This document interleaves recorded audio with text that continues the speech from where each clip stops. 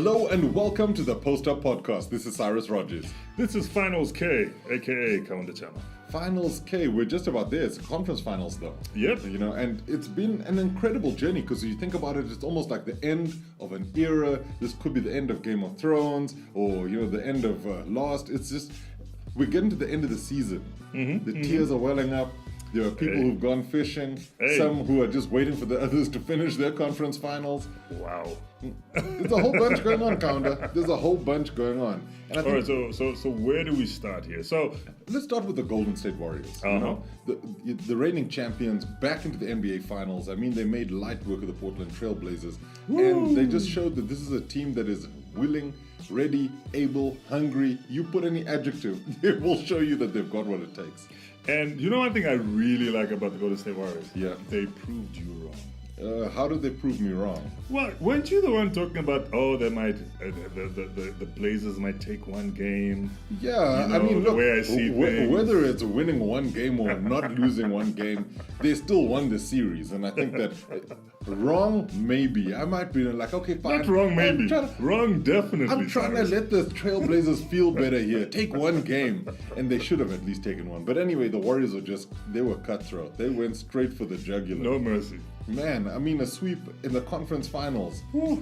Anyway, and that's without Durant, no DeMarcus Cousins. No one. Anyway, the less said about that, the better. But I think the Golden State Warriors they're the form team. They really are the bookies' favorite to take the NBA championship again this season.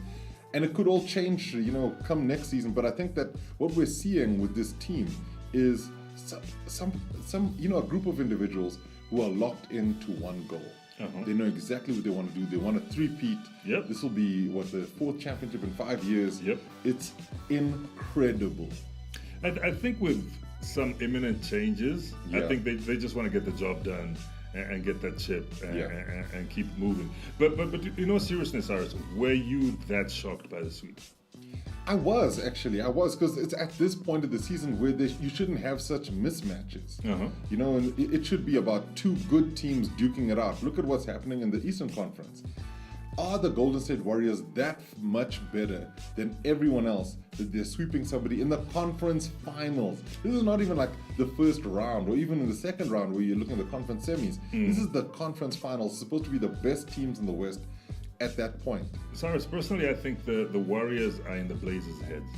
Because this is the third sweep in a row? Yeah. Look, I agree with you. I think they're in the Blazers' heads, and there's a certain level of nervousness maybe that comes when they're playing the Warriors, like, let's not get swept again. Oh, not these guys again. Yeah. Or let's at least win one game. Let's at least get one game here so that we don't look that bad. And when those Splash Brothers are splashing and the pieces around them are also clicking on all cylinders and Draymond Green is a defensive monster, you're going nowhere. And I think that's basically what we saw as a Blazers team that just didn't know what was going on. But I think the postmortem being Golden State were just too good for Portland. And Portland have really got to start looking at what they do in order to change things in order to get better, because they can't just rest on their laurels here. It's been the same team for the last couple of seasons. Cyrus, Golden State was too good for the West. Yeah, the Rockets West came, was won. They went on holiday. The Clippers came. The Clippers came first, went on holiday. Yeah. Rockets came, went on holidays. Blazers came, went on holidays. And I think you can't mention any other team on the West that you'd have said, maybe that team could have done better. Well, so let's just face it. You never know. And I think this is you do know. We do know. You do know. We do. I think the Golden State Warriors, fantastic team. I mean, they're a well-oiled machine. They've got all the pieces they need. Well, sans a dominant center who was injured, but still they got the job done playing small ball. They did everything that they needed to do. Big shout out to Kevon Looney, by the way. Yeah. In the absence of their big man, who's DeMarcus Cousins, he has stepped up in a big way. I think that the shout out should always go to Steve Kerr. Because Steve Kerr has always found a way to make things work with this team. That even when they lost to the Cleveland Cavaliers in the NBA Finals in 2016, it wasn't by much. They just lost. Yeah. And this was, where they got a few things wrong, and LeBron James was playing out of his socks, and Kyrie Irving was playing at a top level.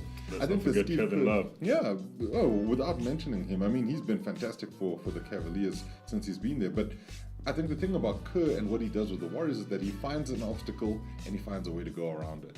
Okay. And that's exactly what he's been doing. But let's talk about the Eastern Conference Finals. Yes, well, the Golden State Warriors rest and wait for who they're meeting in the NBA Finals. Eating grapes, drinking wine. We got the Raptors and the Bucks, Cyrus. They're going at it. It's 2 apiece.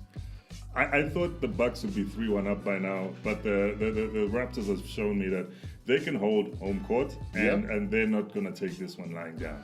It's going to go all the way down to the wire. I'm changing my 6-game prediction. I think I'm going all the way to 7. This is going to be a 7-game series. Look, I still think the Bucks might just find another level. And I've been supporting the Raptors getting to the NBA Finals for the longest time. But there's something about this Bucks team. There's something about Giannis. There's something about the way Coach Budenholzer has put this team together and the other guys around Giannis in that team, that they're very, very focused on what they need to do. But one of the most uplifting things to see is this Raptors team finding reserves of mental strength to lift themselves when they were in a really tough position. To win those 2 home games took a lot out of these guys. Absolutely, Cyrus. Like, if you look at, the Bucks are a great team. They brought the fight. First of all, they took that first 2 home games and like, look, we've got home court advantage. We're taking these games, bang, bang, convincingly. Then came game 3. But the thing about where we're seeing this game going and this series going is that you've got a Raptors team who actually have a whole bunch more belief than they've had in previous years. Because at this stage, they were the Portland Trail Blazers of the Eastern Conference. Absolutely. Where they were playing at the Cleveland Cavaliers, having done so well to get to the conference finals, and then they got swept. Yep. That was LeBron and the Cavs, and they were destined to take that East, and I think what they got swept, and I think LeBron was in their head, if you will. Yeah. And now that he's left the East, I think they've got Giannis to deal with, but it's a totally different makeup mentally, and I think that this is what Masai Ujiri had been doing with the DeMar DeRozan and Kawhi Leonard trade, was that he understood that DeMar's a great player, but there was something that just couldn't get him over the line. Whereas Kawhi Leonard does not back down. Look at, he's playing through injury at the moment. The team have actually raised their game around him, trying to say, look, Kawhi, we can do this stuff for you. So let's go out there and do it. And this is a different Toronto. This is a different team. They're looking at it and saying, well, who are the Bucks? Why should we lose these games? Look, Cyrus, I think that game 3 win also injected a level of confidence. Yeah. If you come from 2 road losses, you do come with your head held low. Yeah. And one thing I love is, after all that, the media was all in Nick Nurse's face saying, so what's going to happen now? And he says, I don't give a hoot about those 2 losses. We're going home, and we're going to take both home games. And boom. There we are. It came to pass. Maybe he's a soothsayer and see into the future. You never know. The game 3 was very close. Yeah. It came down to the wire. Double overtime, right? But game 4. Yeah, that was it. Game 4, that was a convincing win. It was like an 18-point win. It was massive, Kaunda. It was massive. And they were like, we know we can beat them now, especially at home. A big shout out to Drake and the Raptors' other coach. I think he's the Raptors' other mascot. Yeah, that's it. He could be the GM, president of the North. You just don't know what Drake brings to this team. He is Jon Snow. Look, let's not go there. There are too many Game of Thrones references for this particular podcast, because then that makes the Bucks the White Walkers. Absolutely. I mean, look, the Green Walkers. Man, I think the thing about this though, and perhaps this is the level of the conversation that we need to get to, is either one of these teams will still have to face a Golden State Warriors team that looks almost unbeatable. And this is where I ask you a question. Who is the better matchup for the Warriors in the NBA Finals? I think personally, who I think is the better matchup and who I'd love to see take on the Golden State Warriors are the Milwaukee Bucks. Okay. First of all, the Golden State Warriors, I don't know whether Kevin Durant is guaranteed to come back and DeMarcus Cousins, if they're guaranteed to come back. But if those guys don't come back, the Golden State Warriors stay to playing small ball, right? Yeah. Relatively small ball. Yeah. And they'll depend a lot on their backcourt and Draymond Green, of course. Andre Iguodala's been great. But then you look at the Milwaukee Bucks, they've got a great player in Giannis Antetokounmpo. He can own the paint. He hasn't got the best three-pointer. He hasn't got the best mid-range, but he's working on that, and he can own the paint. Now they've got shooters. Brook Lopez there, Ersan Ilyasova. They've got shooters all over Malcolm the Brogdon place. is back. He can also shoot well. Chris Middleton is in there. You know, I like how the Bucks are looking. The bench is relatively deep. I think if you go bench for bench, I think the depth is the same to what the Raptors have. And I think, to me, because of their size, they will give the Golden State Warriors a different kind of challenge. I cannot disagree with you there. It reminds me of when they had to play against the Kevin Love, the Tristan Thompson, so some of the big guys. When the Warriors had to face them. When the Warriors had to face the Cavs. It reminds me of a sort of Cavs team. So with me, Giannis takes the part of LeBron will be played by Giannis. You know where I'm going with this. So I get you. That's why I fancy the Bucks as a better challenge for the Warriors. Do you think the Bucks will beat the Raptors? Almost definitely. Almost definitely does not count. I know. Do you think the Bucks will beat the Raptors? I would like them to. Okay, I'm putting it down. I'm asking you the question. Giannis Tell me what you think. and the Milwaukee Bucks will beat the Toronto Raptors. A part of me thinks that is the outcome of this particular series, but then I'm going to start making the case for the Raptors here. All right. And I think that as much as you mentioned team length and the size of the Bucks, that is a critical point when it comes down to matching up against the Warriors. The Warriors don't have a lot of big guys. They have a lot of shooters. Yeah. What the Bucks have is a lot of shooters with size. Mirotic, Ilyasova, Brook Lopez. Those guys are hitting three balls from, and it's tough to guard a big guy like that. So you can't see the matchups from the Warriors' perspective. Backups from smaller guys like Malcolm Brogdon and Eric Bledsoe. Chris Middleton is not a small guy, but he's not the biggest a big guy, and he can also shoot. Absolutely. And he's got a good mid-range. Now let's look at the Raptors side of things, right? Kawhi can hit a three-ball. He's not hitting them as consistently as he should be, but he can hit them. Serge Ibaka's been hitting the three-ball. Yep. Pascal Siakam's been hitting the three-ball. Marc Gasol's been hitting the three as well. And those were the big guys to step up in Game 4 against the Bucks, so they can show that they can play from the perimeter as well. We haven't even mentioned the fact that Kyle Lowry's found his shooting form and has actually stepped up in a couple of these games. Yep. And he's also found the mental reserves to start playing at a higher level. So I think the Raptors have a good all-round team, but it's their depth in the bench that really hasn't stepped up to the level that it should have been at. And this is the Raptors team who's had a great bench for the last couple of years. Yep. But one of the best benches in the league. Actually. Exactly. We needed to see more from the likes of Norman Powell and Fred VanVleet, and they showed that in Game 4. If the Raptors are going to win this series, and I think that they've got a good chance of doing that, they need A, Kawhi to be fit, and B, for the rest of the team to start contributing more. Because Norman Powell cannot disappear again. You can't have Fred VanVleet disappearing again. Yes. They have to be performing at the highest level all the way through. Now, are the Raptors a good matchup for the Warriors? I think that they've got exactly the same kinds of players as the Bucks do in order to take the Warriors. They might not have as many of the bigger guys in their starting five, or even on the bench, because Fred VanVleet is still a relatively small guy. Yeah. But then for Fred VanVleet, you're looking at a Malcolm Brogdon, but Brogdon shoots better.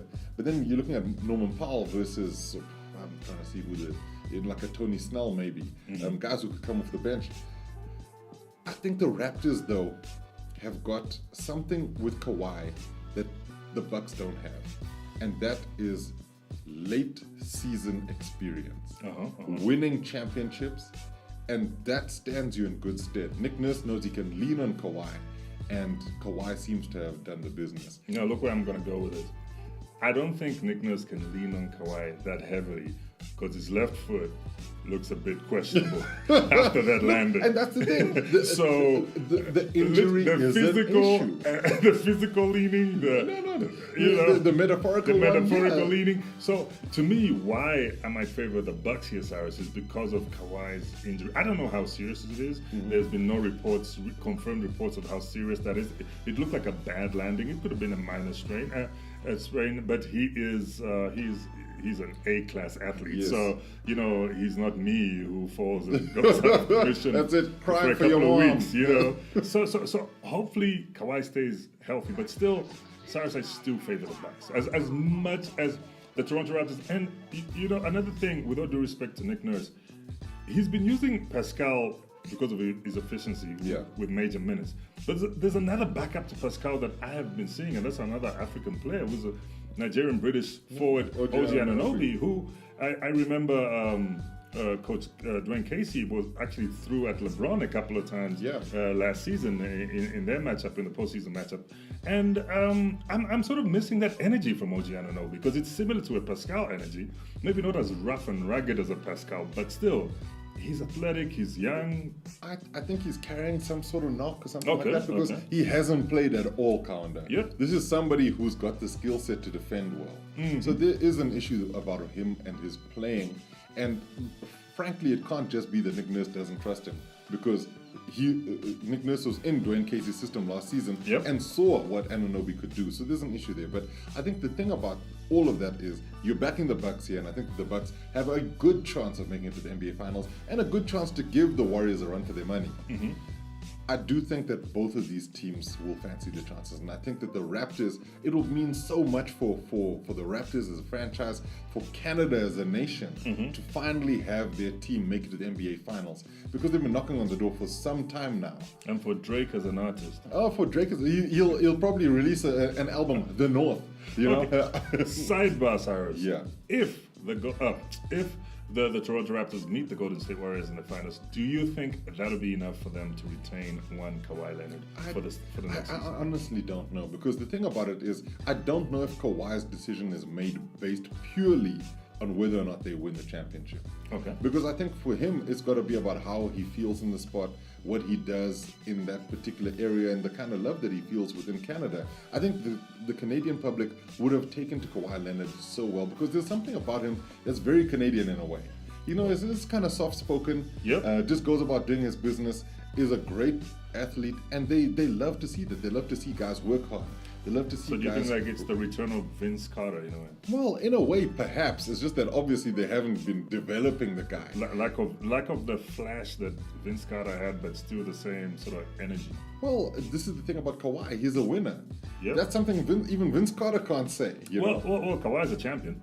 But that's my point. And a Finals MVP.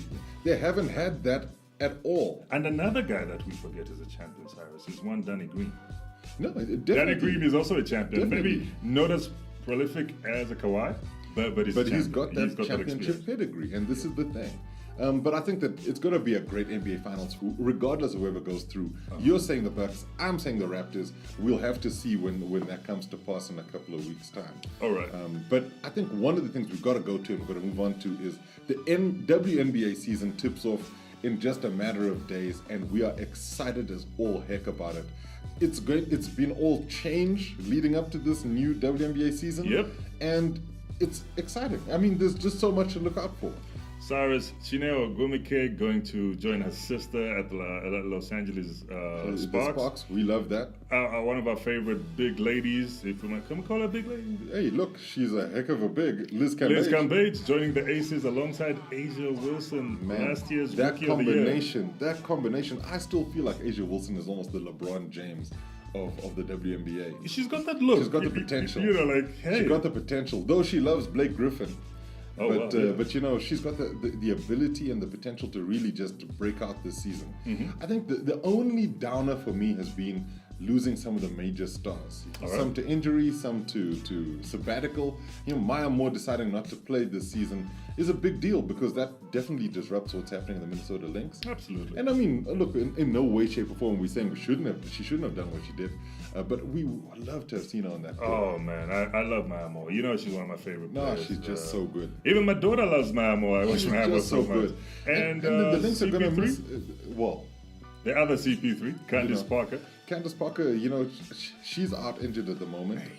She will be back, but the Sparks are going to miss her, but they're not going to miss her as much with Chene having joined that team with her sister Neko Ogumike and the new coach Derek Fisher. Because I think that's going to be a different element to the Sparks. And he wants to try and bring things back to playing a little bit more simply. Mm-hmm. And the Sparks definitely want to win another championship soon. Now, Cyrus, I know you can't wait for this. Your favorite team. No, out of Seattle, The Seattle Storm. Your favorite player. I'm worried about them. She's injured. I'm worried about them. I know you are. You could have gotten a Brianna Stewart.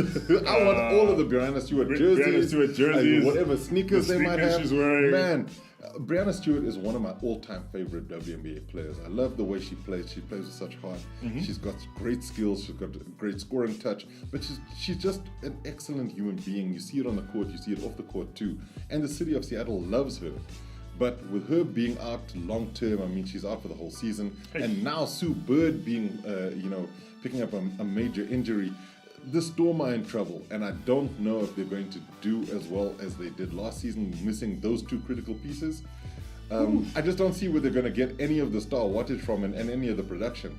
I think with the two changes we already spoke about earlier, I think they got that work cut out for them. But no, look, we always go do. back to never underestimating the heart of a champion, right? Yeah, that's true. So let's not count them out. Let's not throw them out with the bathwater. We're not doing that. But let's also be realistic here, right? This is where other teams have strengthened, they've gotten weaker. That's the unfortunate reality behind what's happened in the WNBA so far, and not through any fault of their own. People are just getting injured, and that's the kind of stuff that happens. There's a bigger discussion to be had around women's basketball in general and how the global nature of it means that people have got to play year-round with very little rest. And of course, it's going to take its toll. Yeah. But I think that what we need to do is also just mention that outside of the teams that we've been looking forward to, like the Las Vegas Aces, and they're picking up Liz Cambage, the LA Sparks and Chineo Gumike joining them. You've got teams like the Dallas Wings, who've got some fantastic players coming through. Arike is going to be an unbelievable player for them. Although they're going to miss Skylar Diggins-Smith, and Liz Cambage. And Liz Cambage, definitely. But that's Shaq and Kobe in the WNBA, if you will, That's it. But other teams will fancy their chances. Like the New York Liberty will think, well, why the heck not? And the Washington Mystics. The Phoenix Mercury. Wow. There's a lot of teams that will think the chance to win it all is definitely there. And I think that's what makes the WNBA so exciting, because it's not just roll on the Golden State Warriors. No. It's a question of who's got the right kind of mix of players, who's got the right kind of coaching staff, and what are the players going to do once they hit the floor. Absolutely. This is why I love the WNBA. At one point we were talking, sparks and links.